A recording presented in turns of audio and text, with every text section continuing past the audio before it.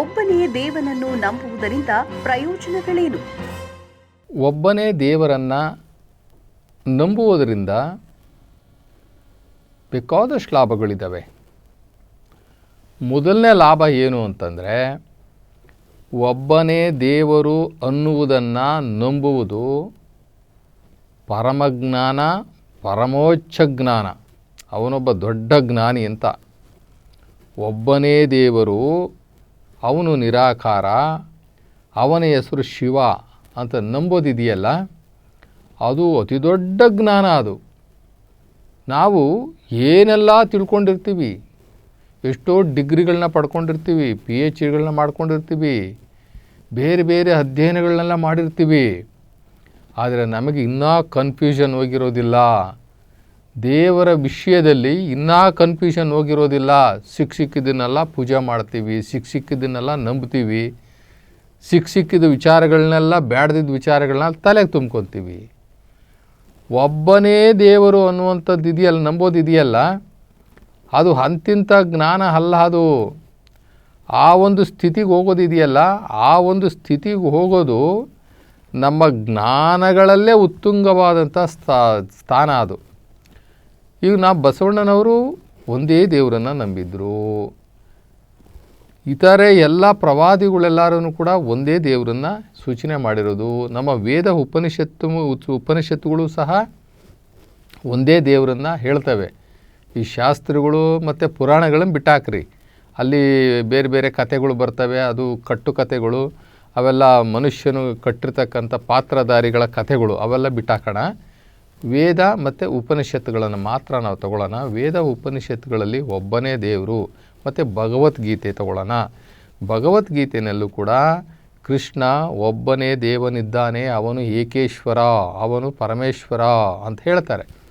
ಅವನು ಈಶ್ವರ ಅಂತಂದರೆ ಒಬ್ಬನೇ ದೇವರು ಅಂತ ಹೇಳಿಬಿಟ್ಟು ಅಂತಾರೆ. ಈಶ್ವರ ಅಂದ ತಕ್ಷಣ ಕೆಲವರು ನಮ್ಮ ಏನು ಮಾಡ್ತಾರೆ, ಪಾರ್ವತಿಪತಿ ಶಂಕರ ಅಂತ ತಿಳ್ಕೊಂಡ್ಬಿಡ್ತಾರೆ. ಅಲ್ಲ, ಕೃಷ್ಣ ಹೇಳೋದು ಈಶ್ವರ ಅಂತಂದರೆ ನಿರಾಕಾರ ಶಿವನನ್ನು ಈಶ್ವರ ಅಂತಾರೆ.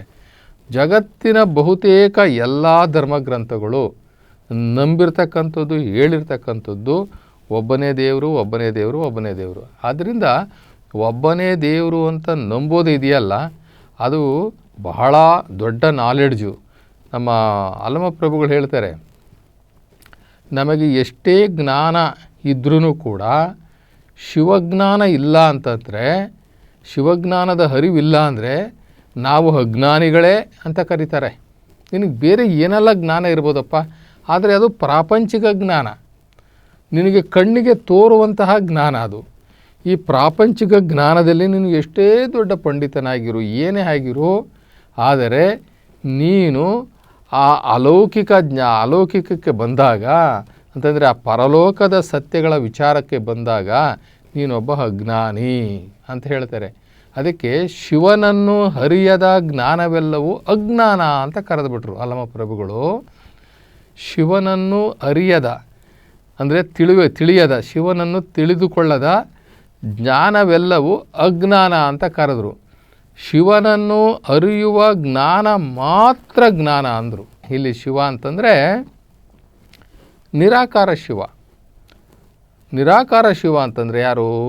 ಈ ಜಗತ್ತಿನ ಒಡೆಯ, ಭೂಲೋಕದ ಒಡೆಯ, ಸೃಷ್ಟಿಕರ್ತ.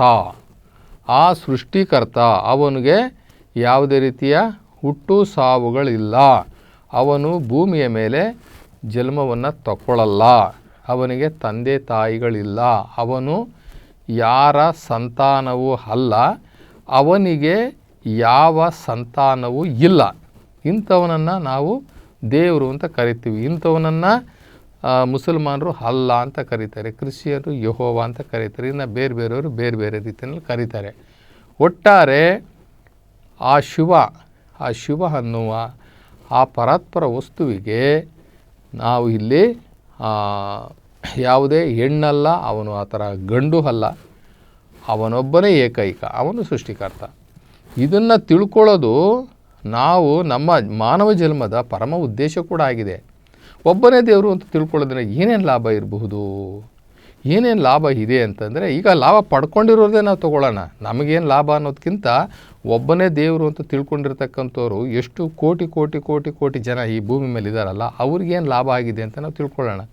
ನೋಡಿರಿ, ಮೊದಲನೇದಾಗಿ ಒಬ್ಬನೇ ದೇವರು ಅಂತ ತಿಳ್ಕೊಳ್ಳೋದ್ರಿಂದ ರಾಷ್ಟ್ರೀಯ ಭಾವೈಕ್ಯತೆ ಉಂಟಾಗುತ್ತೆ ನಮ್ಮಲ್ಲಿ. ಒಬ್ಬನೇ ದೇವರು, ನಮ್ಮ ದೇಶಕ್ಕೆ ಒಬ್ಬನೇ ದೇವರು, ನಾವೆಲ್ಲರೂ ಒಂದು ದೇವರ ಮಕ್ಕಳು, ಒಬ್ಬ ದೇವನ ಮಕ್ಕಳು ನಾವಲ್ಲ ಅನ್ನುವಂಥದ್ದು ಬಂದಾಗ ನಮ್ಮಲ್ಲಿ ರಾಷ್ಟ್ರೀಯ ಭಾವೈಕ್ಯತೆ ಬರ್ತದೆ.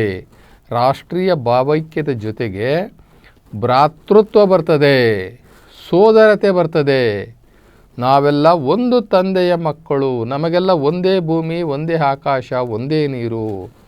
ನಾವು ಒಬ್ಬ ತಂದೆಯ ಮಕ್ಕಳು ಅಂದರೆ ಆ ನಿರಾಕಾರ ಪರಮಾತ್ಮ ಶಿವನ ಮಕ್ಕಳು ಅನ್ನುವಂಥದ್ದು ಬಂದಾಗ ನಮ್ಮಲ್ಲಿ ರಾಷ್ಟ್ರೀಯ ಭಾವೈಕ್ಯತೆ ಬಂತು, ಭ್ರಾತೃತ್ವ ಬಂತು, ಸೋದರತೆ ಬಂತು.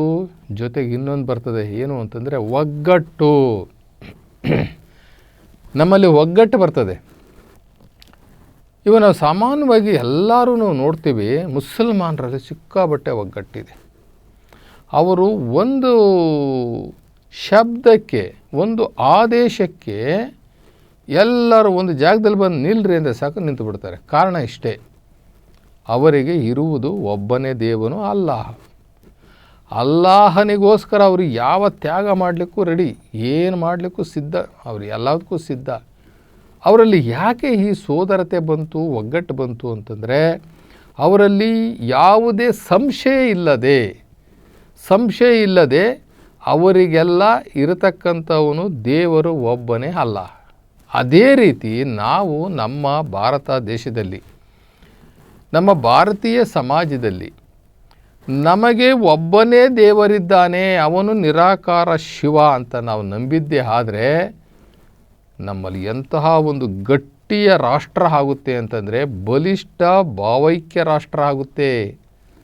ಒಳ್ಳೆ ಭ್ರಾತೃತ್ವ ಬರ್ತದೆ ನಮ್ಮಲ್ಲಿ, ಒಂದು ಒಳ್ಳೆ ಸೋದರತ್ವ ಮತ್ತು ಒಗ್ಗಟ್ಟು ನಮ್ಮಲ್ಲಿ ಬರ್ತದೆ. ಆಮೇಲೆ ಭಿನ್ನತೆ ಹೋಗ್ಬಿಡ್ತದೆ ನಮ್ಮಲ್ಲಿ, ಅವನು ಬೇರೆ ಇವನು ಬೇರೆ ಅನ್ನೋ ಭಿನ್ನತೆ ಹೋಗ್ಬಿಡ್ತದೆ. ಇನ್ನು ಜಾತಿ ವರ್ಗಗಳಂತೂ ನಿರ್ಮೂಲನೆ ಆಗಿಬಿಡ್ತವೆ. ಎಲ್ಲವೂ ತನ್ನಷ್ಟಕ್ಕೆ ತಾನೇ ಈ ಜಾತಿ ವರ್ಗಗಳಿದೆಯಲ್ಲ, ಬ್ರಾಹ್ಮಣ, ಕ್ಷತ್ರಿಯ, ವೈಶ್ಯ, ಶೂದ್ರ ಅಂತ ಮಾಡ್ಕೊಂಡಿರ್ತಕ್ಕಂಥದ್ದು, ಅಥವಾ ನಮ್ಮಲ್ಲಿ 1800 ಜಾತಿಗಳು ಈ ನಮ್ಮ ರಾಜ್ಯದಲ್ಲೇ ಇದ್ದಾವೆ ಬಿಡಿ. ಇನ್ನು ನಾವು ದೇಶಾಲಲ್ಲಿ ಹಾಕ್ಕೊಂಡ್ರೆ ಅದು ಎಷ್ಟು ಹೋಗುತ್ತೋ ಗೊತ್ತಿಲ್ಲ. ಆ ಜಾತಿ ಪದ್ಧತಿಗಳು ಹೋಗ್ಬಿಡ್ತವೆ, ಜಾತಿ ಭಾವನೆಗಳು ಹೋಗ್ಬಿಡ್ತವೆ. ಬಸವಣ್ಣವ್ರು ಹೇಳ್ದಂಗೆ, ಯಾರು ನೋಡಿದ್ರೂ ಕೂಡ ಇವನಾರವ ಎಂದೆನಿಸದಿರಯ್ಯ, ಇವ ನಮ್ಮವ ಎಂದೆನಿಸಯ್ಯ, ಇವನು ನಮ್ಮ ಮಹಾಮನೆಯ ಮಗನೆಂದೆನಿಸಯ್ಯ. ಅಲ್ಲಿ ಇವನು ಈ ಪ್ರಶ್ನೆನೇ ಬರಲ್ಲ, ಇವನು ಯಾವ ಜಾತಿ, ಯಾವ ಕುಲ, ಯಾವ ಬುಡಕಟ್ಟವನು, ಯಾವ ವರ್ಣದವನು, ಯಾವ ವರ್ಗದವನು, ಇಲ್ಲವೇ ಇಲ್ಲ.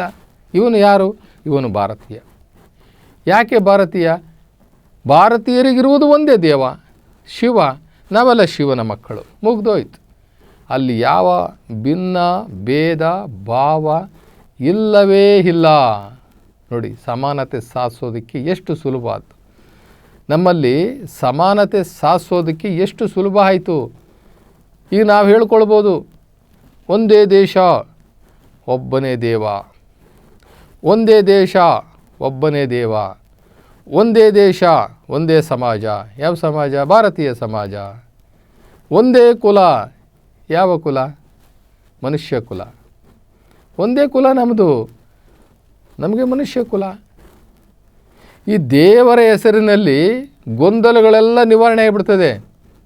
ನಿಮ್ಮ ಮನೆ ದೇವ್ರು ಬೇರೆ, ನಮ್ಮ ಮನೆ ದೇವ್ರು ಬೇರೆ, ನಮ್ಮ ವಂಶದವ್ರದ್ದು ದೇವರೇ ಬೇರೆ, ನಿಮ್ಮ ವಂಶದವ್ರದ್ದು ದೇವರೇ ಬೇರೆ.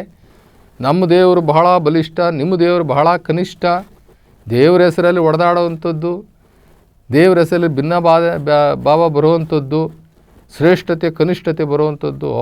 ನೀನು ಏನೇ ಹೇಳಪ್ಪ, ನಮ್ಮ ಮನೆ ದೇವ್ರಿಗಿರೋ ಶಕ್ತಿ ತಾಕತ್ತು ನಿಮ್ಮ ಮನೆ ದೇವ್ರಿಗಿಲ್ಲ. ನಿನಗೇನು ಗೊತ್ತು, ನಮ್ಮ ದೇವರು ಎಷ್ಟು ತಾಕತ್ತು ಅಂದರೆ 4 ಕೋಣನ ಕಡಿಬೇಕು ಅವನಿಗೆ.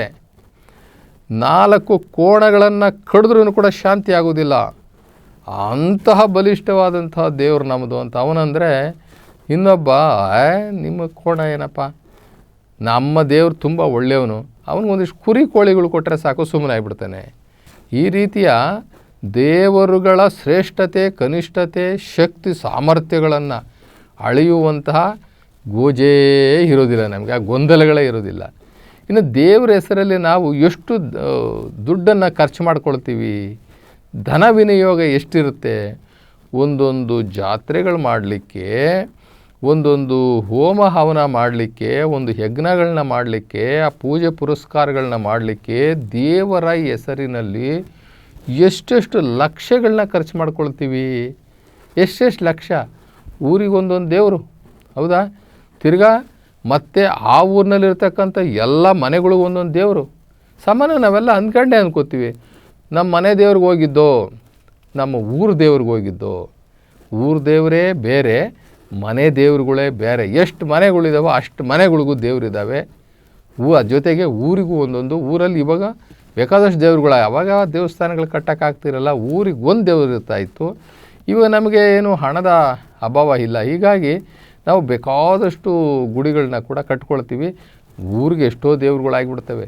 ಹೀಗೆ ದೇವರ ಹೆಸರಿನಲ್ಲಿ ವಿನಾಕಾರಣ ವ್ಯಯ ಆಗುವಂತಹ ಖರ್ಚುಗಳು ನಮಗೆ ಉಳಿತದೆ.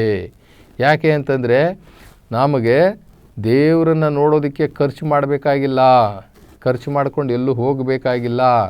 ಭಕ್ತಿಯಿಂದ ಕರೆದರೆ ಓ ಎನ್ನನೇ ಶಿವನು ಅಂತ ಶರಣರು ಹೇಳ್ತಾರೆ.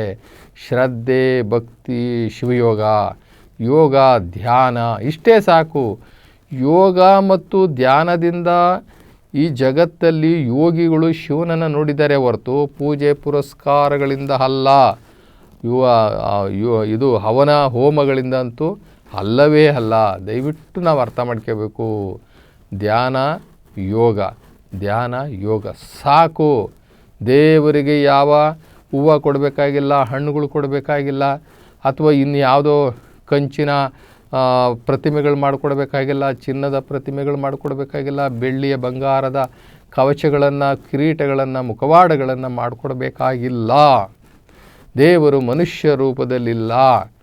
ನಾವು ಕೊಡುವ ಮುಖವಾಡಗಳು ಅವನಿಗೆ ಬೇಕಾಗಿಲ್ಲ. ನಾವು ಕಲ್ಪಿಸಿಕೊಂಡಂತಹ ದೇವರುಗಳಿಗೆ ನಮ್ಮ ಮನೋಇಚ್ಛೆ ಮುಖವಾಡಗಳನ್ನು, ಹಸ್ತಗಳನ್ನು, ಪಾದಗಳನ್ನೆಲ್ಲ ಮಾಡಿಕೊಟ್ಟು ಅದು ಇನ್ನಷ್ಟು ನಮಗೆ ಅಜ್ಞಾನವನ್ನು ನಾವು ಪ್ರದರ್ಶನ ಮಾಡ್ಕೋತಾ ಇದ್ದೀವಿ ಹೊರತು ಶಿವನಿಗೆ ಮನುಷ್ಯನ ರೂಪದ ದೇಹವೇ ಇಲ್ಲವೇ ಇಲ್ಲ. ನಾವುಗಳು ಪೂಜೆ ಮಾಡ್ತಾ ಇರ್ತಕ್ಕಂಥದ್ದೆಲ್ಲವೂ ಕೂಡ ದೇವತೆಗಳು. ದೇವತೆಗಳೇ ಬೇರೆ, ದೇವನೇ ಬೇರೆ. ದೇವನು ಸೃಷ್ಟಿಕರ್ತ, ದೇವತೆಗಳು ಹುಟ್ಟಿ ಸತ್ತವರು. ಆದ್ದರಿಂದ ಈ ದೇವರ ಹೆಸರುಗಳಲ್ಲಿ ನಾವು ಖರ್ಚು ಮಾಡೋದು ಉಳಿತದೆ. ಇನ್ನು ದೇವರ ಹೆಸರಲ್ಲಿ ನಾವು ಜಾತಿಗಳ್ನೂ ಮಾಡ್ಕೊಂಡಿದ್ದೀವಿ, ವರ್ಗಗಳನ್ನೂ ಮಾಡ್ಕೊಂಡಿದ್ದೀವಿ ನಾವು. ಈಗ ನೋಡಿ, ಶೂದ್ರರಿಗೆ ಒಂದು ಥರ ದೇವರುಗಳು, ಅಣ್ಣಮ್ಮ, ದಣ್ಣಮ್ಮ, ಮಾರಮ್ಮ, ಮಸಣಮ್ಮ, ಆಮೇಲೆ ಶನೇಶ್ವರ, ಮುನೇಶ್ವರ, ಇವೆಲ್ಲ ಶೂದ್ರಗಳಿಗೆ ಕೊಟ್ಟರೆ ವಿಷ್ಣು, ಶಿವ, ಈ ಥರದವೆಲ್ಲ, ಲಕ್ಷ್ಮಿ, ಸರಸ್ವತಿ, ಅನ್ನಪೂರ್ಣೆ, ಇವೆಲ್ಲ ಕೂಡ ದೊಡ್ಡ ಜಾತಿ ಜನಗಳಿಗೆ. ಅವ್ರಿಗೇ ಸಪ್ರೇಟು ವಾದ್ಯಗಳು, ಇವ್ರಿಗೆ ಸಪ್ರೇಟು ವಾದ್ಯಗಳು, ಅವ್ರಿಗೆ ರಕ್ತ ಮಾಂಸಗಳ ಎಡೆ ಮಾಡಿಕೊಡುವಂಥದ್ದು. ಇವರು ಒಳ್ಳೆ ಪಂಚಾಮೃತ ಅಭಿಷೇಕಗಳನ್ನು ಮಾಡುವಂಥದ್ದು. ಈಗ ದೇವರ ಹೆಸರಲ್ಲೂ ಕೂಡ ವರ್ಗಗಳನ್ನ ಮಾಡಿಕೊಂಡು, ಜಾತಿಗಳನ್ನ ಮಾಡಿಕೊಂಡು, ನಿಮ್ಮ ಜಾತಿ ದೇವರಾದು, ನಮ್ಮ ಜಾತಿ ದೇವರು. ಉದಾಹರಣೆಗೆ ಹೇಳಬೇಕು ಅಂತಂದರೆ ವಿಷ್ಣು ಆರಾಧಕರನ್ನೆಲ್ಲ ನಾವೇನಂತೀವಿ? ವೈಷ್ಣವರು ಅಂತೀವಿ. ವೈಷ್ಣವ್ರದ್ದೇ ಒಂದು ಜಾತಿ ಆಯಿತಾ, ಅವ್ರದ್ದೇ ಒಂದು ಪಂಗಡ ಆಯಿತಾ? ಇನ್ನು ಶಿವನನ್ನು ಆರಾಧನೆ ಮಾಡುವಂಥವ್ರು ಅಂದರೆ ಪಾರ್ವತಿಪತಿ ಶಿವನನ್ನು ಆರಾಧನೆ ಮಾಡೋರನ್ನ ಅವರು ಶೈವರು ಅಂತಾರೆ, ವೀರಶೈವರು ಅಂತಾರೆ, ಲಿಂಗಾಯತರು ಅಂತಾರೆ, ಏನೇನೋ ಅಂತಾರೆ. ಆದರೆ ಲಿಂಗಾಯತರಾಗಲಿ ಶೈವರಾಗಲಿ ಅವರು ಈ ಮೂರ್ತಿ ಪೂಜಕರಲ್ಲ, ಅಥವಾ ಪಾರ್ವತಿಪತಿ ಶಿವನ ಆರಾಧಕರಲ್ಲ. ಅವರು ನಿರಾಕಾರ ಶಿವನ ಆರಾಧಕರು. ಆದರೆ ಅವರು ಕೆಟ್ಟೋಗಿದ್ದಾರೆ. ಅವರು ಮೂರ್ತಿ ಪೂಜೆ ಮಾಡ್ತಾರೆ, ಅವರು ನಿರಾಕಾರ ಶಿವನನ್ನು ಮರ್ತಿದ್ದಾರೆ, ವ್ಯಕ್ತಿ ಶಿವನನ್ನು ಪೂಜೆ ಮಾಡ್ತಾ ಇದ್ದಾರೆ. ಏನೋ ಒಟ್ಟಿನಲ್ಲಿ ಅವ್ರನ್ನ ಶೈವರು ಅಂತ ಹೇಳಿಬಿಟ್ಟು ಅವ್ರನ್ನೂ ಕರೀತಾರೆ. ಇನ್ನು ನಮ್ಮಲ್ಲಿ ಇರ್ತಕ್ಕಂಥ, ನಮ್ಮ ದೇಶದಲ್ಲಿ ಇರ್ತಕ್ಕಂಥ ಎಷ್ಟು ವರ್ಗಗಳಿದ್ದಾವೆ. ದೇವರ ಹೆಸರಿನಲ್ಲಿ ದೇವರುಗಳ ಆಚರಣೆ ಮಾಡುವಂತಹ ವಿಷಯದಲ್ಲೇ ತೊಗೊಂಡಾಗ ನಾವು ಬೇಕಾದಷ್ಟು ಜಾತಿಗಳು ವರ್ಗಗಳನ್ನ ನಾವು ನೋಡ್ತಾ ಇದ್ದೀವಿ. ಇದರಿಂದ ಏನಾಗುತ್ತೆ ಅಂತಂತಂದರೆ ವಾಮಾಚಾರಗಳು ಸ್ಟಾರ್ಟ್ ಆಗ್ತವೆ. ದೇವರ ಹೆಸರಲ್ಲಿ ವಾಮಾಚಾರಗಳು ಬೇಕಾದಷ್ಟು ನಡೀತಾ ಐತೆ. ಇವತ್ತು ವಾಮಾಚಾರಗಳು ನಡೀತಾ ಐತೆ. ಭೂತ, ಪ್ರೇತ, ಯಕ್ಷರಾಕ್ಷಸ ಹೀಗೆ ಬೇಕಾದಷ್ಟು ಪೂಜೆಗಳು ಮಾಡಿಕೊಂಡು ಭೂತಾರಾಧನೆ ಮಾಡ್ತಾಯಿದ್ದಾರೆ. ಭೂತಾರಾಧನೆ ಮಾಡೋದ್ರ ಜೊತೆಗೆ ಜ್ಯೋತಿಷ್ಯಗಳು, ದೇವರ ಹೆಸರುಗಳಲ್ಲಿ ಜ್ಯೋತಿಷ್ಯ, ಇಂಥ ದೇವರ ಹೆಸರು ನಮಗೆ ಆ ದೇವರನ್ನು ವಶಪಡಿಸ್ಕೊಂಡಿದ್ದೀವಿ ಅಂಥೇಳಿ ದೇವರುಗಳ ಹೆಸರಿನಲ್ಲಿ, ಅಂದರೆ ದೇವತೆಗಳ ಹೆಸರಲ್ಲಿ, ದೇವರು ಅಲ್ಲ ದೇವತೆಗಳ ಹೆಸರಿನಲ್ಲೇ ಬೇಕಾದಷ್ಟು ಜನ ಜ್ಯೋತಿಷಿಗಳಿದ್ದಾರೆ. ನಮ್ಮ ದುರ್ಗಮ್ಮ, ನಮ್ಮ ದುರ್ಗಾ ಪರಮೇಶ್ವರಿ ಅಂತ ಒಬ್ಬರು ಅಂತಂತಂದರೆ ನಮ್ಮ ದೇವರು ಎಂಥದ್ದು ಗೊತ್ತಾ? ನಮ್ಮ ದೇವರು ಒಂದೇ ಕ್ಷಣಾರ್ಧದಲ್ಲಿ ನಿಮ್ಮ ಕಷ್ಟಗಳನ್ನು ಪರಿಹಾರ ಮಾಡಿ. ನಾನು ದೇವ್ರ ಹೆಸರು ಹೇಳಲಿಕ್ಕೆ ಹೋಗೋದಿಲ್ಲ, ಯಾಕೆಂದರೆ ದೇವ್ರ ಹೆಸರು ಹೇಳೋದು ಯಾರೋ ಮನಸ್ಸಿಗೆ ಇಕ್ಕಟ್ಟಾಗ್ಬೋದು, ಕೋಪ ಆಗ್ಬೋದು, ಬೇಡ. ಸೊ ಈ ರೀತಿ ದೇವರ ಹೆಸರಿನಲ್ಲಿಗಳಲ್ಲೇ ಜ್ಯೋತಿಷಗಳು ಉಟ್ಕೊಂಡಿದ್ದಾವೆ, ಮೂಢನಂಬಿಕೆಗಳು ಉಟ್ಕೊಂಡಿದ್ದಾವೆ. ಇನ್ನು ಸಂಪ್ರದಾಯಗಳು, ಅವ್ರಿಗೇನೂ ಗೊತ್ತಿರಲ್ಲ ಸಂಪ್ರದಾಯಗಳ ಆಚರಣೆ. ಈ ಸಂಪ್ರದಾಯ ಆಚರಣೆಗಳು ಎಷ್ಟು ಕ್ರೂರ ಇದ್ದಾವೆ, ಎಷ್ಟು ಮುಗ್ಧವಾಗಿದ್ದಾವೆ, ಅಂದರೆ ಮುಗ್ಧ ಪ್ರಜ್ಞೆಯಿಂದ ಇದ್ದಾವೆ, ಎಷ್ಟು ಮೂಢನಂಬಿಕೆಗಳಿಂದ ಕೂಡಿದ್ದಾವೆ ಈ ಸಂಪ್ರದಾಯಗಳು ಅಂತಂತಂದರೆ ಬಲಿ ಪೂಜೆ ಮಾಡೋದೇ ಒಂದು ದೊಡ್ಡ ಸಂಪ್ರದಾಯ ಆಗ್ಬಿಟ್ಟಿದೆ ನಮ್ಮ ದೇಶದಲ್ಲಿ. ಬಲಿ ಆರಾಧನೆ ಮಾಡುವಂಥದ್ದೇ ಒಂದು ದೊಡ್ಡ ದರಿದ್ರ ಆಗಿಬಿಟ್ಟಿದೆ. ದೇವರು ಸೃಷ್ಟಿಸ್ತಾನೆ, ಸೃಷ್ಟಿಸಿದ ದೇವರು ಸೃಷ್ಟಿಯಲ್ಲಿರ್ತಕ್ಕಂಥ, ಅವನ ಸೃಷ್ಟಿಯಲ್ಲಿರ್ತಕ್ಕಂಥ ಪ್ರಾಣಿ ಪಕ್ಷಿಗಳನ್ನು ಮನುಷ್ಯರಿಂದ ಈಸ್ಕೊಂಡು ತಿಂತಾನೆ ಅಂತಂದರೆ ಇದು ಯಾರ ನಂಬಲಿಕ್ಕೆ ಸಾಧ್ಯನಾ? ಕುರಿ ನಾವು ಸೃಷ್ಟಿ ಮಾಡಿದ್ವಾ? ಮೇಕೆ ನಾವು ಸೃಷ್ಟಿ ಮಾಡಿದ್ವಾ? ಕೋಳಿ ನಾವು ಸೃಷ್ಟಿ ಮಾಡಿದ್ವಾ? ಓತ ನಾವು ಸೃಷ್ಟಿ ಮಾಡಿದ್ವಾ? ಅಥವಾ ಎಮ್ಮೆಗಳು, ಕೋಣಗಳು ಇವು ನಾವು ಸೃಷ್ಟಿ ಮಾಡಿದ್ವಾ? ಅವನೇ ತಾನೇ ಸೃಷ್ಟಿ ಮಾಡಿರೋದು. ಅವನೇ ಸೃಷ್ಟಿ ಮಾಡಿರೋನಿಗೆ ಅವನು ಬಲಿ ರೂಪದಲ್ಲಿ, ರಕ್ತದ ರೂಪದಲ್ಲಿ ಅವನಿಗೆ ಒಂದು ವಾಪಸ್ ಕೊಡಿಸ್ಬಿಟ್ಟು ಎಡೆ ಮಾಡಿಬಿಟ್ಟು ನಾವು ಅವನ ಕಡೆಯಿಂದ ನಾವು ಆಶೀರ್ವಾದ ತಗೊಳ್ತೀವಿ, ನಾವು ಅವನಿಂದ ನಾವು ಫಲಾಪೇಕ್ಷೆಯನ್ನು ಬಯಸ್ತೀವಿ, ನಮ್ಮ ಇಷ್ಟಾರ್ಥಗಳನ್ನು ನಾವು ನೆರವೇರಿಸ್ಕೊಳ್ತೀವಿ ಅಂತಂದರೆ ಇದೆಲ್ಲವೂ ಕೂಡ ಎಷ್ಟು ಅಜ್ಞಾನದಿಂದ ಕೂಡಿರ್ತಕ್ಕಂಥದ್ದು. ಆದ್ದರಿಂದ ಈ ಬಲಿ ಪೂಜೆ ಅನ್ನುವಂಥದ್ದು ಇದೆಯಲ್ಲ, ಇದೊಂದು ದೊಡ್ಡ ಅಜ್ಞಾನ. ಜೊತೆಗೆ ನಮ್ಮಲ್ಲಿ ಮನೆ ಮಾಡ್ಕೊಂಡಿರ್ತಕ್ಕಂಥ ವ್ಯಕ್ತಿ ಪೂಜೆಗಳು ಇಷ್ಟೆಲ್ಲ ಇದ್ರೂ ಕೂಡ ನಾವು ವ್ಯಕ್ತಿ ಪೂಜೆಗಳನ್ನು ಮಾಡೋದು ಬಿಟ್ಟಿಲ್ಲ. ವ್ಯಕ್ತಿ ಪೂಜೆ ಕಲಿಯುಗದಲ್ಲಂತೂ ಭಾಳ ಜಾಸ್ತಿ ಆಗಿಬಿಟ್ಟಿದೆ. ಅವನಿಗೆ ದೇವ್ರು ಗೊತ್ತಿಲ್ಲ ಅಂದ್ರೂ ಕೂಡ ಅವನಿಗೆ ವ್ಯಕ್ತಿಗಳು ಗೊತ್ತಿದ್ದಾರೆ. ಹುಡುಕೊಂಡು ಹೋಗಿ ಕಾಣಿಕೆಗಳನ್ನು ಕೊಟ್ಟು ಪಾದ ತೊಳೆದು ಆ ಪಾದದ ತೊಳೆದಂಥ ನೀರನ್ನು ತಗೊಂಡು ಬಂದು ಮನೆಗೆಲ್ಲ ಪ್ರೋಕ್ಷಣೆ ಮಾಡಿ ತಾವೂ ಸ್ವಲ್ಪ ಸೇವನೆ ಮಾಡಿ ತಲೆ ಮೇಲೆ ಹಾಕ್ಕೊಂಡು ಇವತ್ತು ಆರಾಧನೆ ಮಾಡುವಂಥವ್ರು ತುಂಬ ಜನ ಇದ್ದಾರೆ. ವ್ಯಕ್ತಿಗಳಿಗೆ ಗುಡಿ ಕಟ್ಟಿದ್ದಾರೆ, ವ್ಯಕ್ತಿ ಪೂಜೆ ನಡೀತಾ ಐತೆ. ಇವತ್ತು ಬಹುತೇಕ ನಾವು ಗುಡಿಗಳನ್ನು ಕಟ್ಟಿ ಪೂಜೆ ಮಾಡ್ತಾ ಇರ್ತಕ್ಕಂಥ ಆ ದೇವತೆಗಳು ಎಲ್ಲರೂ ಕೂಡ ವ್ಯಕ್ತಿ ರೂಪದ ಆತ್ಮಗಳು. ಅವರು ಇವಾಗ ಯಾರೂ ಇಲ್ಲ, ಸತ್ತೋಗಿದ್ದಾರೆ. ಅವರು ಈ ಭೂಮಿ ಮೇಲೆ ಬಂದಿದ್ದರು, ಭೂಮಿಯ ಮೇಲೆ ಬಂದು ಒಂದಷ್ಟು ಕರ್ತವ್ಯಗಳನ್ನು ಮಾಡಿದ್ದಾರೆ, ಒಳ್ಳೆಯದೇ ಮಾಡಿದ್ದಾರೆ. ಒಳ್ಳೆಯದನ್ನು ಮಾಡಿದ ಕ್ಷಣಕ್ಕೇ ನಾವು ಅವರನ್ನು ತಗೊಂಡೋಗಿ ದೇವರ ಸ್ಥಾನದಲ್ಲಿ ಇಡಬಾರ್ದು.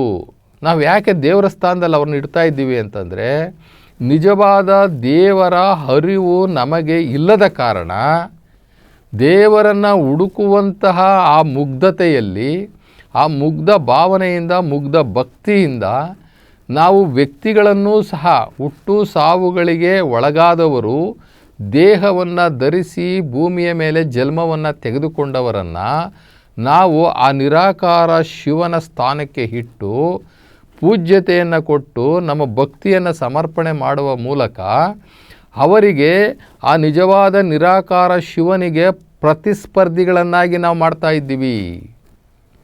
ದೇವರಿಗೆ, ಆ ನಿರಾಕಾರ ಶಿವನಿಗೆ ಯಾರನ್ನೂ ಕೂಡ ನಾವು ಪ್ರತಿಸ್ಪರ್ಧಿಯನ್ನಾಗಿ ಮಾಡಬಾರ್ದು. ಪ್ರತಿಸ್ಪರ್ಧಿಯನ್ನಾಗಿ ಮಾಡಿದರೆ ಅದಕ್ಕಂಥ ಘನಘೋರ ಅಪರಾಧ, ಘನಘೋರ ನರಕ ಮತ್ತೊಂದಿಲ್ಲ. ಯಾಕೆ ಅಂತಂದರೆ ನನ್ನನ್ನು ಸೃಷ್ಟಿಸಿದ ಆ ದೇವನಿಗೆ, ನನ್ನನ್ನು ಸೃಷ್ಟಿಸಿದ ಆ ದೇವನಿಗೆ ಯಾರನ್ನು ಸರಿಸಾಟಿ ಮಾಡಲು ಸಾಧ್ಯವೇ ಇಲ್ಲ. ಯಾಕೆ ಅಂತಂದರೆ ನನ್ನನ್ನು ನಿರ್ಮಿಸಿ, ಈ ಜಗತ್ತನ್ನು ನಿರ್ಮಿಸಿ ಲಾಲನೆ ಪಾಲನೆ ಮಾಡ್ತಾ ಇರ್ತಕ್ಕಂಥ ಆ ಏಕೈಕ ನಿರಾಕಾರ ಶಿವನಿಗೆ ನಮ್ಮ ಮನೋಇಚ್ಛೆ ಯಾವುದೋ ವ್ಯಕ್ತಿಗಳನ್ನು ತೆಗೆದುಕೊಂಡು ಹೋಗಿ ಇವನು ದೈವ ಸ್ವರೂಪ ಅಂತ ಹೇಳಿ ದೇವರ ಸ್ಥಾನಮಾನವನ್ನು ಕೊಟ್ಟರೆ ಅದು ಎಂಥ ದೊಡ್ಡ ಅಪರಾಧ ಅಂದರೆ, ನಮಗೆ ದೇವ್ರಿಗೆ ಗೊತ್ತಿಲ್ಲ ಅಂದರೆ ಸುಮ್ಮನೆ ಇದ್ಬಿಟ್ರು ನಡೀತದೆ. ಅಂಥ ತಪ್ಪನ್ನು ಮಾತ್ರ ನಾವು ಮಾಡಲಿಕ್ಕೆ ಹೋಗಬಾರ್ದು. ಇದರಿಂದ ಏನಾಗುತ್ತೆ ಅಂತಂದರೆ ವ್ಯಕ್ತಿ ಪೂಜೆಗಳು ಬಂತು, ಬಹುದೇವ ಆರಾಧನೆಗಳು ಬಂತು. ನಮಗೆ ಏಕದೇವನನ್ನು ನಂಬುವುದರಿಂದ, ಒಬ್ಬನೇ ದೇವನು ಅವನು ನಿರಾಕಾರ ಶಿವ ಅಂತ ನಂಬೋದರಿಂದ ಏನಾಗುತ್ತೆ ಅಂದರೆ ಬಹುದೇವ ಆರಾಧನೆಗಳು ನಿವಾರಣೆ ಆಗ್ತವೆ. ನಮಗೆ ಕನ್ಫ್ಯೂಷನ್ಸ್ ಎಲ್ಲ ಹೊರಟೋಗ್ತವೆ. ನಾವು ಇದುವರೆಗೂ ಅಂದ್ಕೊಂಡಿದ್ದಂತಹ ಏನು ತಪ್ಪು ಕಲ್ಪನೆಗಳು, ದೇವರ ಬಗ್ಗೆ ಇರತಕ್ಕಂಥ ತಪ್ಪು ಕಲ್ಪನೆಗಳು ಎಲ್ಲವೂ ದೂರ ಆಗ್ತವೆ. ನಾವು ಏನು ದೇವಲೋಕದಿಂದ ಹಿಡಿದು ಬಂದವರಲ್ಲ. ನಾವೂ ಕೂಡ ಅಧ್ಯಯನದ ಮೂಲಕ ತಿಳಿತಾ ನಾವು ಸ್ವಲ್ಪ ತಿಳ್ಕೊಂಡಿರೋದೇ ಬಿಟ್ಟರೆ, ನಾವೂ ಸಹ ಮೊದಲು ಎಲ್ಲ ತಪ್ಪುಗಳನ್ನು ನಾವು ಮಾಡಿದ್ದವರೇ. ಆದರೆ ನಮಗೆ ಆ ಜ್ಞಾನ ಇಲ್ಲದೆ ಇರುವಂತಹ ಸಂದರ್ಭದಲ್ಲಿ ಮಾಡಿದಂತಹ ತಪ್ಪುಗಳನ್ನು ಜ್ಞಾನದ ಅರಿವು ಆದಂತಹ ಸಂದರ್ಭದಲ್ಲಿ ತಿದ್ದುಕೊಳ್ಳೋದು ಬಹಳ ಮುಖ್ಯವಾದಂಥದ್ದು. ಆದ್ದರಿಂದ ನಮಗೆ ದೇವರ ಹೆಸರಿನಲ್ಲಿ ಇರ್ತಕ್ಕಂಥ ಆ ಕನ್ಫ್ಯೂಷನ್ಸ್ ಎಲ್ಲ ಹೋಗುತ್ತೆ. ಆವಾಗ ನಮಗೆ ಒಂದು ಹೊಸ ಆಲೋಚನೆಗಳು ಬರ್ತದೆ. ದೇವರ ಹೆಸರಿನಲ್ಲಿ ಇನ್ನೊಂದಷ್ಟು ಭೀತಿಗಳನ್ನ ಉಂಟು ಮಾಡೋದು ಬೇರೆ ದೇವರುಗಳಿದ್ದಾವೆ. ಈಗ ದೇವರುಗಳನ್ನ ನೋಡೋದ್ರಿಂದಲೇ ಬಹಳ ಕ್ರೂರವಾಗಿ ನಾವು ದೇವರುಗಳನ್ನು ನಾವು ಸೃಷ್ಟಿ ಮಾಡ್ಕೊಂಬಿಟ್ಟಿದ್ದೀವಿ. ಅವು ಎಷ್ಟು ಕ್ರೂರವಾಗಿರ್ತವೆ ಅಂತಂದರೆ ನಾಲಿಗೆಯನ್ನು ಚಾಚಿಕೊಂಡಿರ್ತವೆ, ಬಹಳ ವಿಕಾರವಾಗಿ ಭಯಂಕರವಾಗಿರ್ತವೆ. ಅವರ ಕೊರಳಿನಲ್ಲಿ ಬೇರೆ ಬೇರೆ ತಲೆಗಳನ್ನು ಕತ್ತರಿಸಿ ಅದನ್ನು ದಾರದಲ್ಲಿ ಪೋಣಿಸಿ ಹಾಕಿಕೊಂಡಿರುವಂತಹ ರುಂಡಮಾಲೆಗಳನ್ನು ನೋಡ್ತೀವಿ. ಆ ಎಲ್ಲ ಕೈಗಳಲ್ಲಿ ದೊಡ್ಡ ದೊಡ್ಡ ಆಯುಧಗಳನ್ನು, ಅಸ್ತ್ರಗಳನ್ನು, AK-47 ಬಿಟ್ಟು ಇನ್ನೆಲ್ಲ ಅಸ್ತ್ರಗಳನ್ನು ಕೈನಲ್ಲಿ ಇಟ್ಕೊಂಡಿರ್ತಕ್ಕಂಥ ದೇವರುಗಳನ್ನು ನಾವು ನೋಡ್ತೀವಿ. ಇದರಿಂದ ಏನಾಗುತ್ತೆ ಅಂತಂದರೆ ಮನುಷ್ಯನಲ್ಲಿ ಭೀತಿ ಉಂಟಾಗುತ್ತೆ. ದೇವರು ನಮಗೆ ಶಿಕ್ಷೆ ಕೊಟ್ಬಿಡ್ತಾನೆ, ದೇವರು ಮಹಾಕ್ರೂರಿ, ಅವನಿಗೆ ನಾವು ಪೂಜೆ ಸಲ್ಲಿಸಲಿಲ್ಲ ಅಂತಂದರೆ, ಅವನಿಗೆ ನಾವು ಸರಿಯಾಗಿ ಬಲಿ ಪೂಜೆ ಮಾಡಲಿಲ್ಲ ಅಂತಂದರೆ ನಮಗೆ ತೊಂದರೆ ಮಾಡಿಬಿಡ್ತದೆ. ಈ ಚಾಕುವಿಂದ ಚುಚ್ಚಿಬಿಡ್ತಾನೆ, ಈ ಚೂರಿಯಿಂದ ಕುಯ್ದು ಬಿಡ್ತಾನೆ. ಈ ರೀತಿಯ ಭಯಂಕರತೆಯನ್ನು ಹುಟ್ಟಿಸುವಂತಹ ನಾವು ಒಂದು ದೇವರುಗಳನ್ನ ನಾವು ನೋಡ್ತೀವಿ. ಇದರಿಂದ ನಮ್ಮಲ್ಲಿ ಒಂದು ಭೀತಿ ಉಂಟಾಗುತ್ತೆ, ಪ್ರೀತಿ ಹೊರಟೋಗ್ಬಿಡ್ತದೆ. ಭೀತಿ ಇರೋ ಕಡೆ ಪ್ರೀತಿ ಇರೋದಿಲ್ಲ. ನಾವು ಹೇಗೆ ನಮಗೆ ಈ ಒಂದು ಶರೀರವನ್ನು ಕೊಟ್ಟಂತಹ ತಂದೆ ತಾಯಿಗಳನ್ನು ನಾವೆಷ್ಟು ಪ್ರೀತಿ ಮಾಡ್ತೀವಿ. ನಮ್ಮಪ್ಪ ಕಳ್ಳ ಆಗಿದ್ರೂ ಕೂಡ ನಾವು ಅವನ್ನ ಕಳ್ಳ ಅಂತ ನೋಡೋದಿಲ್ಲ. ನಮ್ಮಪ್ಪ ಕೊಲೆ ಮಾಡಿ ಜೈಲಿಗೆ ಹೋಗಿ ಬಂದ್ರೂ ಕೂಡ ಅವನ್ನ ಆ ದೃಷ್ಟಿ ನೋಡೋದಿಲ್ಲ. ಎಷ್ಟು ಪ್ರೀತಿ ಪ್ರೇಮ, ನಾವೆಷ್ಟು ತುಂಬಿ ಭಯ ಭಕ್ತಿ ಎಷ್ಟು ಕೊಡ್ತೀವಿ ನಾವು ಈ ಒಂದು ಶರೀರ ಕೊಟ್ಟಂತಹ ತಂದೆ ತಾಯಿಗೇ ಅಷ್ಟು ಪ್ರೀತಿ ತೋರಿಸುವಾಗ, ಇಡೀ ನಮ್ಮ ಶರೀರದ ಜೊತೆಗೆ ನಮ್ಮ ಬದುಕನ್ನು ಕೊಟ್ಟು ನಮ್ಮ ಜೀವವನ್ನೇ ಇಲ್ಲಿ ಈ ಭೂಮಿಯ ಮೇಲೆ ತಂದಂಥವನು, ನಮ್ಮನ್ನು ಸೃಷ್ಟಿಸಿದವನನ್ನು ನಾವು ಎಷ್ಟು ಪ್ರೀತಿಯಿಂದ, ನಾವು ಎಷ್ಟು ಭಕ್ತಿಯಿಂದ ನೋಡಬೇಕು. ಅವನನ್ನು ನಾವು ಭಯ ಪಟ್ಕೊಂಡು ಆ ದೇವರನ್ನು ನೋಡೋದ್ರಿಂದ ನಮಗೆ ಪ್ರಯೋಜನ ಆಗೋದಿಲ್ಲ, ನಮಗೆ ದೇವರ ಅರಿವು ಆಗೋದಿಲ್ಲ. ದೇವರು ಯಾವಾಗಲೂ ಶಾಂತಮೂರ್ತಿ, ಅವನು ಪರಮ ದಯಾಮಯ, ಕರುಣಾಮಯ, ಕರುಣಾಕರ, ಕರುಣಾಸಾಗರ, ಅವನು ಪತಿತ ಪಾವನ, ಅವನು ಪಶುಪತಿ, ಅವನು ದಯಾನಿಧಿ, ಅವನು ಕ್ಷಮಾನಿಧಿ, ನಮ್ಮನ್ನೆಲ್ಲ ಕ್ಷಮಿಸುವಂಥವನು. ಒಮ್ಮೆ ನಾವು ಅವನಿಗೆ ಶರಣಾದರೆ ಸಾಕು, ನಮ್ಮೆಲ್ಲ ಪಾಪಗಳನ್ನು ಕ್ಷಮಿಸುವಂಥವನ್ನ ನಾವು ಭಯದ ರೀತಿಯಲ್ಲಿ ಭಯಂಕರತೆಯಿಂದ ಭೀತಿ ಪಟ್ಕೊಂಡು ನೋಡಿದ್ರೆ, ನರರನ್ನು ಬೇಡುವ ದೇವರುಗಳಿದ್ದಾರಾ? ನರಮನುಷ್ಯರಿಂದ ಬೇಡಿ ಕಾಡಿ ತೆಗೆದುಕೊಂಡು ಊಟ ಮಾಡುವಂತಹ ದೇವರುಗಳು ಇರಲಿಕ್ಕೆ ಸಾಧ್ಯನಾ? ಈ ನರಮನುಷ್ಯ ಬರೀ ಕೈಲಿ ಬಂದವನು, ಅವನೇ ಪರಮಾತ್ಮ ಶಿವನಿಂದ ಬೇಡಿ ತಿಂತಾ ಇದ್ದಾನೆ. ಆ ನೀಡುವ ಭಗವಂತ ಎಲ್ಲರನ್ನೂ ಮನುಷ್ಯರನ್ನು ಬೇಡ್ತಾನ? ನಾವು ಆ ನಿರಾಕಾರ ಶಿವನನ್ನು ಬೇಡ್ತೀವಿ ಹೊರತು ಆ ನಿರಾಕಾರ ಶಿವ ಈ ನರಮನುಷ್ಯರ ಹತ್ರ ಬೇಡ್ಲಿಕ್ಕೆ ಸಾಧ್ಯನಾ? ಅವನೇನು ಭಿಕ್ಷುಕನ? ನಮಗಿಷ್ಟು ಜ್ಞಾನ ಇಲ್ಲ ಅಂದರೆ ಹೇಗೆ? ಆದ್ದರಿಂದ ನಾವು ಆ ನಿರಾಕಾರವನ್ನು, ಆ ನಿರಾಕಾರ ಶಿವನನ್ನು ನಾವು ನಂಬಬೇಕು. ನಾವು ನಂಬಿದಾಗ ಏನಾಗುತ್ತೆ ಅಂತಂದರೆ, ನಾನು ಆಗಲೇ ಹೇಳಿದಾಗೆ ರಾಷ್ಟ್ರೀಯ ಭಾವೈಕ್ಯತೆ ಬರ್ತದೆ, ಕೋಮು ಸೌಹಾರ್ದತೆ ಅದು ಮೂಡುತ್ತೆ.